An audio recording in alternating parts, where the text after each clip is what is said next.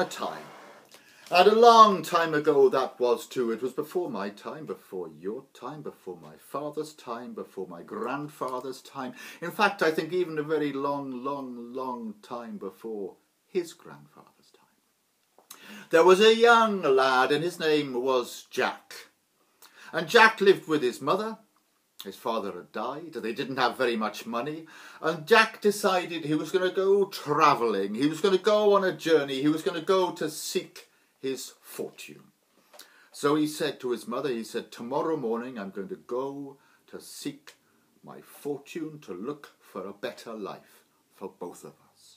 And Jack's mother said, well, that sounds like a good idea, and before you go I will bake you a pie, a meat pie to take with you on your journey.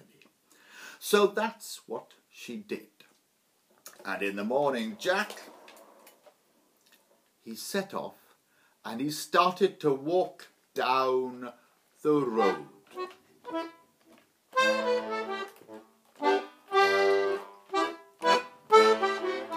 And he walked. And he walked and he walked, and I don't know whether he walked a long way, whether he walked a short way. But after a while he heard a most horrible noise. And the noise sounded like hee-haw, hee-haw, hee-haw, hee-haw. And sure enough, when he got round the corner, what did he see but a donkey?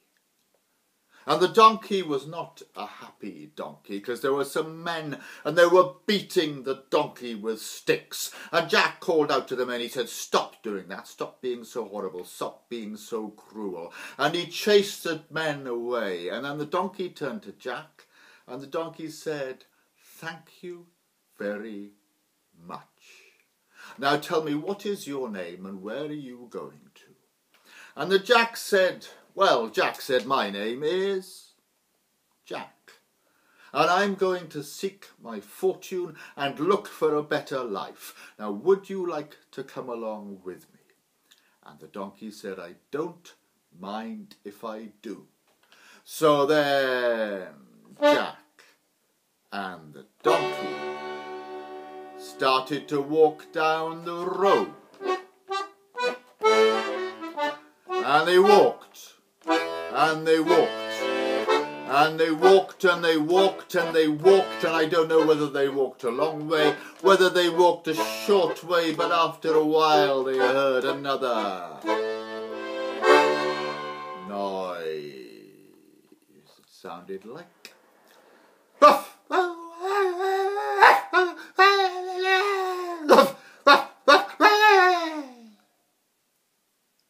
And sure enough, when they turned around the next corner, they saw a dog. And the dog was not a happy dog. And this is why the dog was not so happy. Well, some boys were kicking the dog. And they tied a saucepan to the dog's tail. And the dog was trying to run away, but it was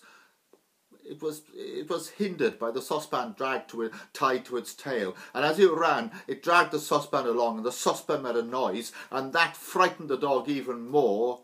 And Jack was horrified, and he said to the boys, he said, stop doing that, leave that poor dog alone. And he chased the boys away, and then he untied the saucepan from the dog's tail, and the dog started to wag its tail and turned to Jack and said, tell me, what is your name and where are you going? And Jack said, me? My name is Jack, and I'm going to seek my fortune and look for a better life, and that would you like to come along with me? And the dog said, I don't mind if I do. So then Jack and the donkey and the dog started to walk down the road. And they walked, and they walked, and they walked, and they walked, and they walked. I don't know whether they walked a long way, whether they walked a short way. But after a while they heard another noise. And the noise they heard sounded like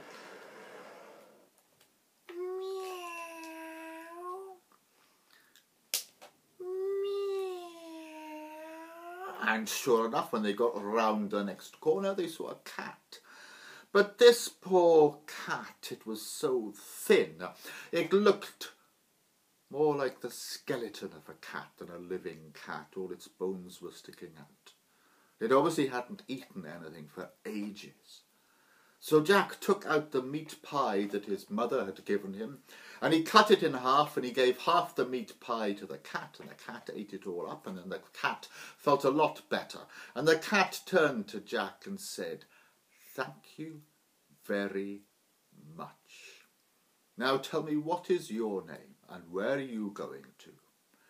And the cat said, no, the cat had asked the question. It was Jack who said, "My name is Jack, and I'm going to seek my fortune and look for a better life. Would you like to come along with me?" And the cat said, "I don't mind if I do." So then Jack and the donkey and the dog and the cat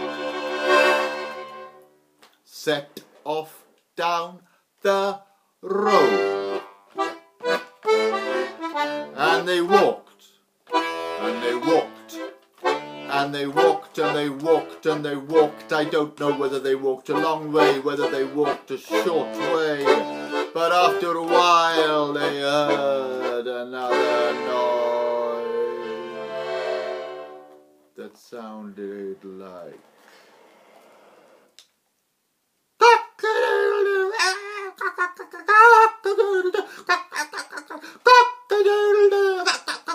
and sure enough, when they walked round the corner, they saw a cockerel.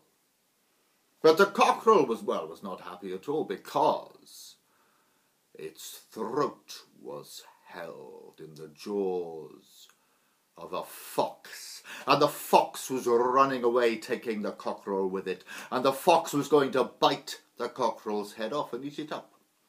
So then Jack ran after the fox, saying, "Let that cockerel go, leave it go, let it loose," and ran after the fox, but the fox was taking no notice, till the dog ran after the fox, and the fox was frightened, and it opened its mouth, and it released the cockerel, and then the cockerel, cock-a-doodle-doo, and it was so grateful it turned to the dog and to Jack and said, "Tell me, Jack." No, I didn't say "tell me, Jack," because he didn't know his name yet. He said, "Tell me, what is your name? And where are you going?" And Jack said, "Well, my name is Jack, and I, together with my friend the dog, and the cat, and the donkey, I'm going to seek my fortune, to look for a better life. Would you like to come along with me?" And the cockerel said, "I don't mind if I do." So then Jack and the donkey and the dog and the cat and the cockerel, they all set off down the road, and they walked. And they walked, and they walked, and they walked. And by this time, well, Jack certainly, he'd been walking a long way. He'd been walking all day. He was walking quite a bit slower now. He was getting tired. They were walking through a dark forest, because night was falling. And it was cold, and Jack decided it was time to sit down and have a bit of a rest. So they sat down underneath one of the trees. They were all tired. They were hungry. So Jack got out the half of the pie that was left. He'd already given half to the cat who'd been starving. And that half the pie he cut into 5 pieces. So 5s. A fifth of a half is a tenth, so they had a tenth of a pie each, little slices each, but it was all they had between the 5 of them. And then they were so tired they lay down on the ground to fall asleep, even though it was cold underneath the tree, except for the cockerel. The cockerel said, "I will sleep on the branch of the tree," because that's where cockerels like to sleep, sitting on a roost on a branch. And the cockerel said, "When dawn comes, when the morning comes, when the sun rises, then I will crow and wake you all up," because that is what cockerels do. So then Jack lay down. He was so tired. Oh, he fell asleep.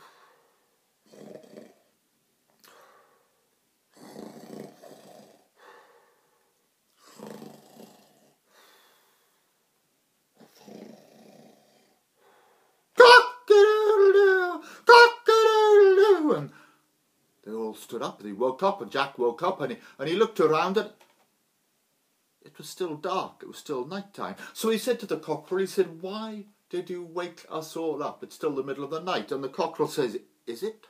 I could see a light over there. I thought that must be the sun rising." And they all looked towards the direction from which the light could be seen. And Jack said, "No, that's definitely not the sun rising, but there is a light." And they walked through the forest in the darkness, and they came to a place where there was a little house.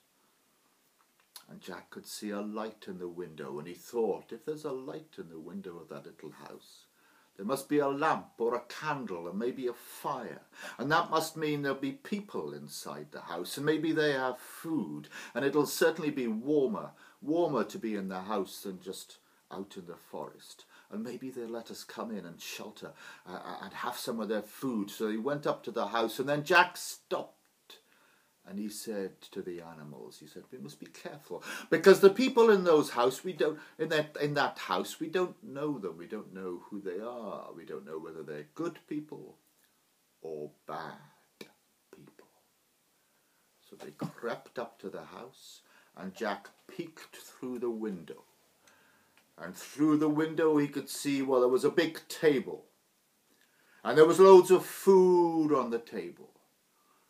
But also there were knives and guns and swords. And also there was a pile of gold and silver coins and jewels. And sitting around the table there was a rough-looking bunch of men, with big black and brown and red beards and scars on their faces, and he could hear them talking to each other. And they said, "Oh, we did a good job last night when we robbed the treasure from the lord of the castle. And we have all the treasure here, and we're hidden in this little house in the middle of the forest, and no one will find us. And of course, if anyone does find us, we have our guns and our swords and our knives, and we know what we'll do to make sure our secret is safe." And then Jack thought, well, if I could get hold of that treasure, I would have found my fortune. But of course, it doesn't belong to me. But if I take it back to the lord of the castle, to its rightful owner, maybe he'll give me a reward. But those are rough-looking big men with all those knives and guns. But then he had an idea. He thought, I'm not alone. I have with me the donkey, the dog, the cat, the cockerel. And he said to them ever so quietly, he said, "Donkey," he said, "put your front feet on the ledge of the window." And he said to the dog, "Climb up and sit on the donkey's back, and then climb up and sit on the donkey's head." And he told the cat to climb over on the donkey and the dog and sit on the dog's head, and the cockerel to sit on the cat's head. And he was telling them ever so quietly, he said, "You must be totally silent until I give the signal. And then you must all make as much noise as you can, all the noises you naturally make as animals."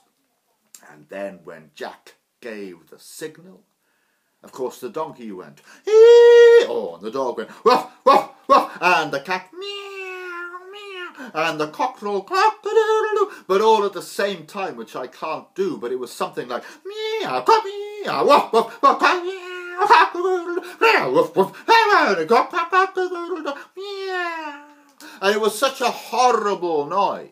It didn't sound like any one animal, because they were all doing it at the same time, that the robbers, they looked towards where the noise was coming from, and they saw silhouetted against the night outside their window a strange monster with the head of a cockerel on the top of the head of a cat, on the top of the head of a dog, on the top of the head of a donkey. And they were so terrified, they ran through the front door of the little house, and they ran through the forest. They ran for 1 mile, they ran for 2 miles, they ran for 3 more miles, and they kept on running till they ran all the way out of this story.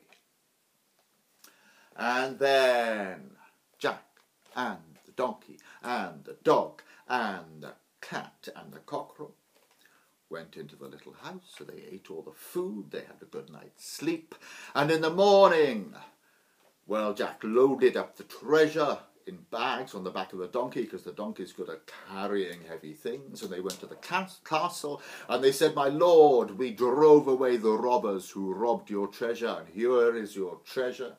And the lord of the castle was so pleased, he said, "Jack, from now on you can be the steward of my castle, the most important person here except me, and you can live with me here till the rest of your days in luxury."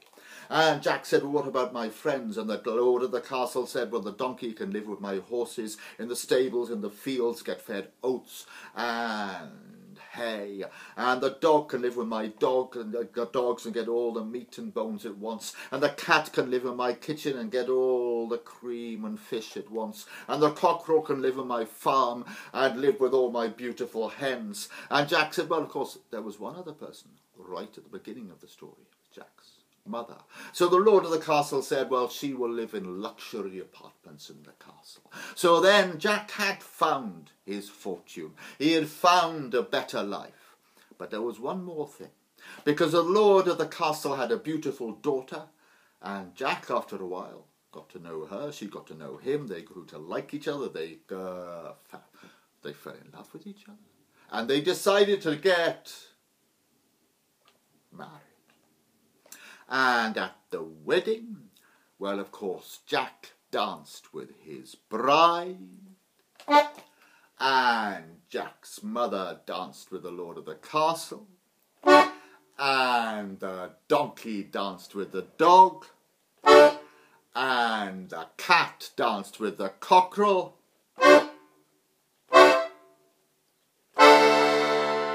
and after that they all lived happily ever after.